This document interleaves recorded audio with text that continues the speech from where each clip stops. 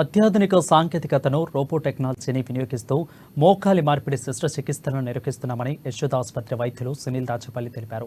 స్థానికంగా ఏర్పాటు చేసిన మీడియా సమావేశంలో అధునాతన రోబోటిక్ జాయింట్ రీప్లేస్మెంట్ పద్ధతిపై ఆయన విస్తృత అవగాహన కల్పించారు. హైదరాబాద్లోని సోమాజిగూడ యశోద ఆసుపత్రిలో బాధితులకు అత్యాధునిక పద్ధతిలో మోకాలి మార్పిడి శస్త్రచికిత్సలు చేస్తున్నట్లు తెలిపారు. మోకాలి అరుగుదలతో తొలి 2 స్టేజ్లు ఉన్నవారు ఇంజెక్షన్లు తీసుకోవచ్చని, కానీ 3-4 స్టేజ్లలో ఉన్నవారికి శస్త్రచికిత్స తప్పనిసరి అని పేర్కొన్నారు.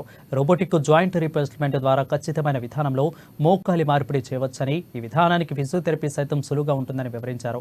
అనేక మంది బాధితులు రోబోటిక్ విధానంలో మోకాలి మార్పిడి చేయించుకుని సాంత్వన పొందుతున్నట్లు వెల్లడించారు. ఇక అంతకంటే ముందు మంచిర్యాలకు చెందిన కనకతార తనకు జరిగిన మోకాలి మార్పిడి శస్త్రచికిత్స విధానాన్ని వివరించారు. శస్త్రచికిత్స జరిగిన తర్వాత ఎటువంటి ఇబ్బంది లేదని, తన పని తాను చేసుకోగలుగుతున్నానని తెలిపారు.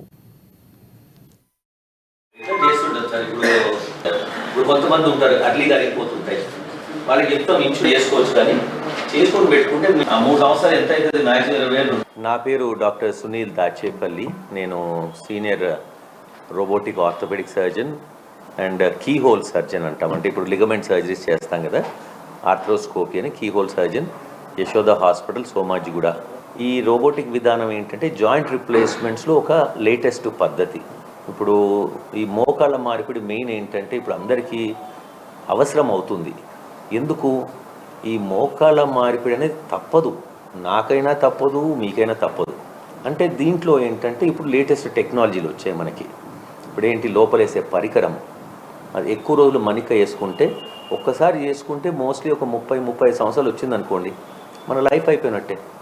సో అట్లాంటి పరికరం చూసుకోవడము టెక్నాలజీ. ఇప్పుడు రోబోటిక్ ఎందుకు అనుకుంటున్నాము, మీరందరికీ తెలుసు, పర్ఫెక్షన్. ఇప్పుడు ఏదన్నా మనం రోబోటిక్ చేస్తే ఏంటి, ఆ 1-2 degrees యాంగిల్స్ కూడా పర్ఫెక్షన్ కోసం.